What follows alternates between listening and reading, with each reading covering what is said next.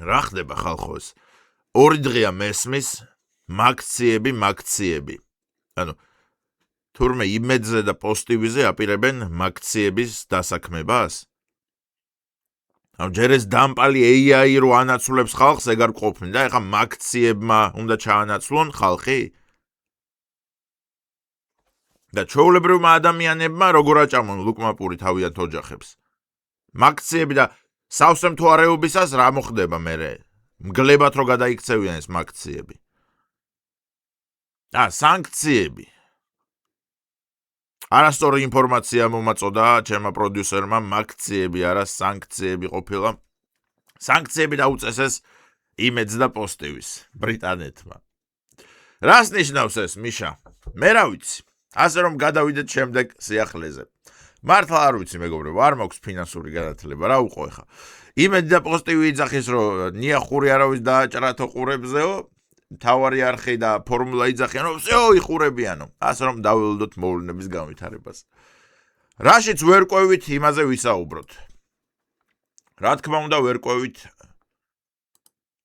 გვამების ნარჩენებში, ასე რომ განვიხილოთ ეს სიახლე. კადრები, რომელსაც ადგილობრივები ტევე პირველს დახმარების მიზნით უგზავნიან, ჩანს ადამიანების სხეულების ნაწილები, რომლებიც რამდენიმე თვეა უკვე მიტოვებულ შენობაში ინახება. ადგილობრივები ამბობენ, რომ იქიდან გამომდინარე, რომ სოფელში ანტისანიტარიული ნორმები იყო დარღვეული, მათ გადაწყვიტეს, რომ მოენახულებინათ ეს შენობა, რადგან არ იცოდნენ თუ რა ინახებოდა ამ მიტოვებულ შენობაში. გუშინ კი მათ უმძიმესი მდგომარეობა დახვდათ სწორედ იმ ფერმაში, სადაც მოქალაქეებს რამდენიმე თვეა უკვე კლინიკიდან გამოტანილი ადამიანების სხეულების ნაწილები მიაქვთ და ინახავენ. როგორც ადგილობრივები რითი არის ხალხი უკმაყოფილო? ამპუტირებული ნაწილები, ხო, როგორც მივხვდი. ესე იგი, მთავარი ქირურგი გამოდის და დაღლილია ერთი 30 საათიანი ოპერაცია ჩაატარა, არ გაჩერებულა. კლავის ამპუტაცია იყო ოპერაცია და ეუბნება, რომ ბონდო, მოდი, აი ეს კლავი ამპუტირებული იგდევს და სწორი უტილიზაცია გაუკეთე, ხო? გაუკეთებ უტილიზაციას. კი. წავედი ხა წავიღებ ამას. და ჩაჯდა რაღაც Opel Omega ყავს ფურგონი. მუქი ლურჯი ფერის. რაზვალი აქვს ცოტა ესე უჭირავს მიდის. და ძვაკაცი გაიყოლა. ძვაკაცი ეკითხება, რა არის უტილიზაცია? მე რა ვიცი რა არის უტილიზაცია, ბონდო ეწევა თან სიგარეტი უჭირავს. ატარებს. ის პარკი მომაწოდა ერთი. ის შავი პარკი. თან თვალებს წვავს სიგარეტი. დამეწვა თვალები. ნახვი უტილიზაცია, მე რა ვიცი რა არის.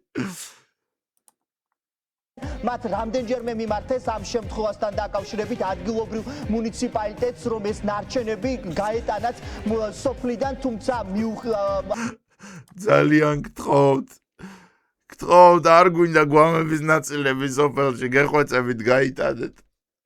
მათ ეს მოთხოვნა არ დააკმაყოფილეს და შესაბამისად მათ გადაწყვიტეს, რომ მედიაში გაჟღერებულიყო ეს ინფორმაცია, რადგან შესაბამის უწყებებს მოეხდინათ დროული რეაგირება.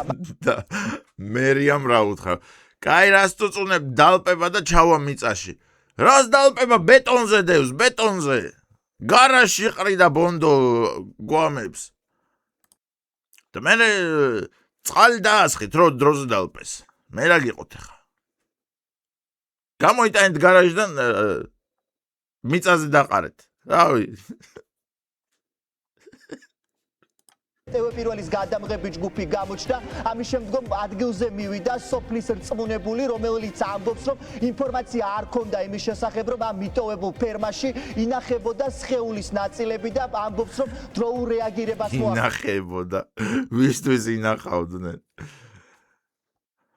ტიპები რო არიან, ყველაფერს რო ინახავენ რა, რაღაცა ამხელა მავთული რომ მოგრჩება და ამას შევინახავ კაცო, რა იცი რაში დამჭირდება და ბოლოს მთელი გარაჟი რო სავსე აქვს რაღაცა ეგეთი მავთულებით და ნაგვით, ჟანგიანი ბოლტებით, ეგრე ინახავდა ტიპი. კაი, ხელია რა, ეხა ადამიანის ხელია, შეინახე რა იცი რაში გამოგადგეს კაცო. გადასაგდებად ცოდოა, ხა ნახე რა კაი ხელია.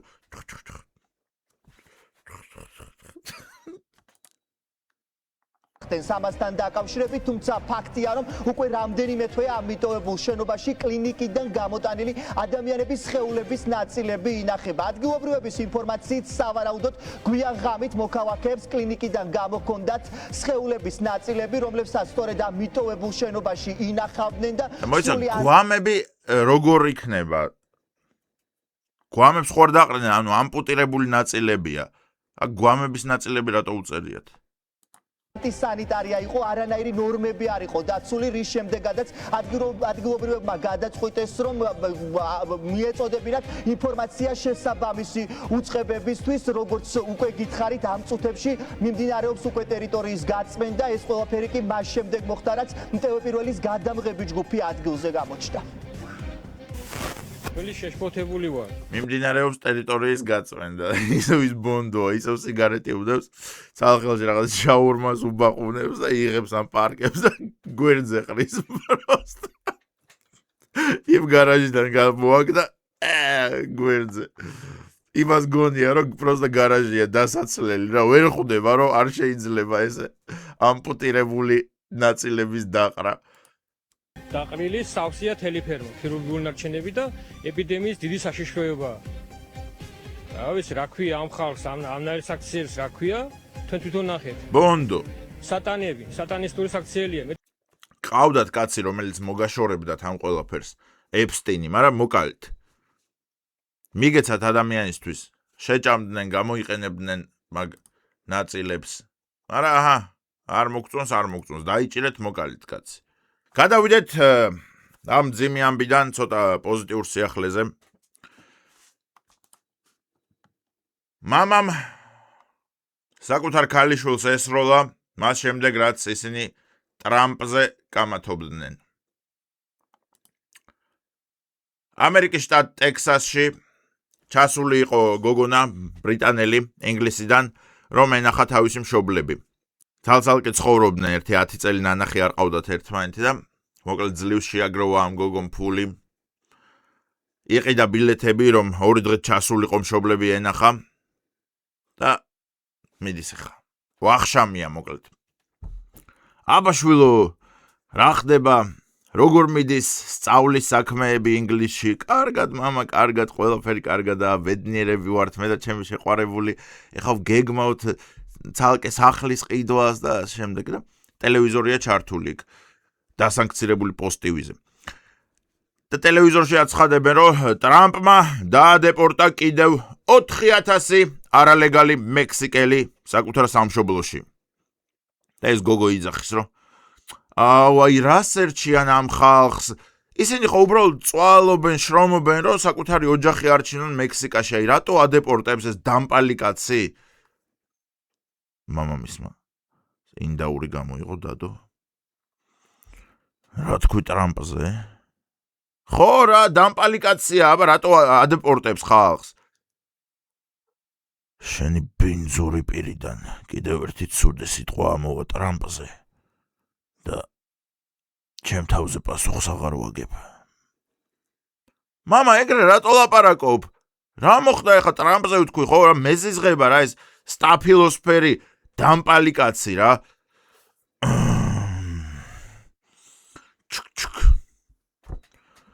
ვინ არის სტაფილოსფერი? იცოდე მე მოგავლინე ამ ქვეყანაზე და მე ვეგაგისტუმრებ. ტრამპი ჩვენ ოჯახში წმინდაა.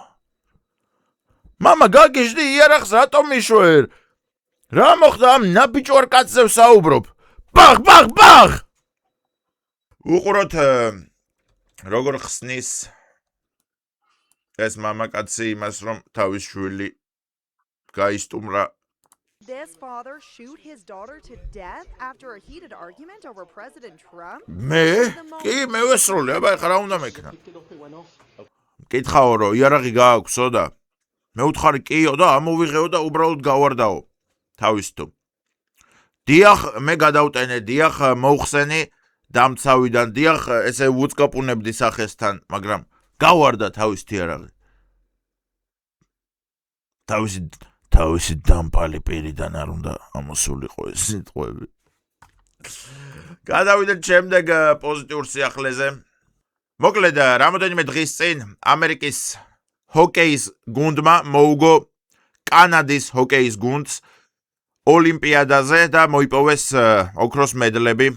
ძალიან მნიშვნელოვანი გამარჯვება იყო ამერიკისთვის, იმიტომ რომ მე მგონი რაღაც 140 წელია თუ 7400 წელია ამერიკას კანადისთვის არ მოუგია და თან ძალიან დიდი სხვაობა იყო რა, იმიტომ რომ კანადა ძალიან ცნობილია ჰოკეითი, უმაღლესი დონის პროფესიონალები არიან და ამერიკა არც ისე და ასე რომ ნამდვილად სასწაული იყო სპორტის, რომ ამერიკამ დაამარცხა კანადა ჰოკეიში. მე მინდა გაჩვენოთ, როგორ აღნიშნავს ამ ყველაფერს ჩვენ გადაცემის მეგობარი FBI-ის დირექტორი კეშ პატელი. აგერ აქ შეგიძლიათ ნახოთ, როგორ უხარია, რომ ეპსტინის ფაილებიდან ჯერ ერთი ადამიანიც არ არის დაკავებული. This is FBI Director Kash Patel.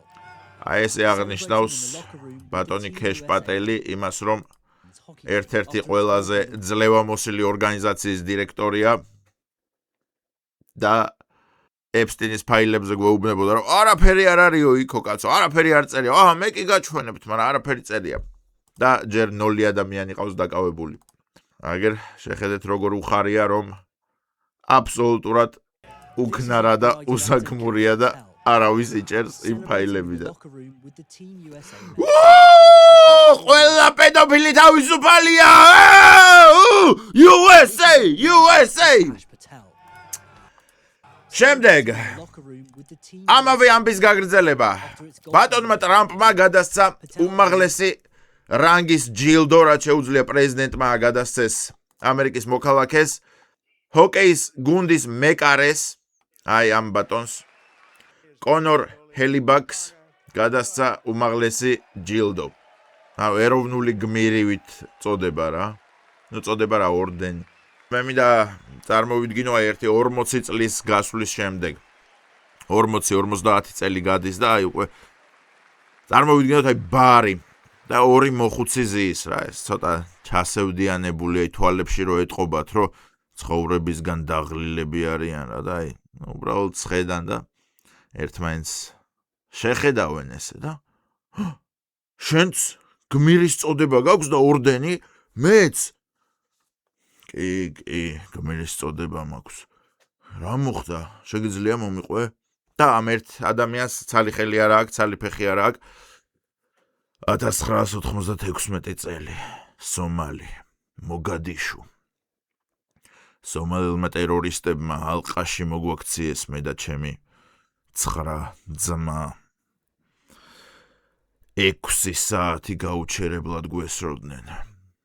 ბომბმტყორცნებით, ვერტმფრენებით, ავტომატებით, ყუმბარებით, ყველანაირად გვიტევდნენ.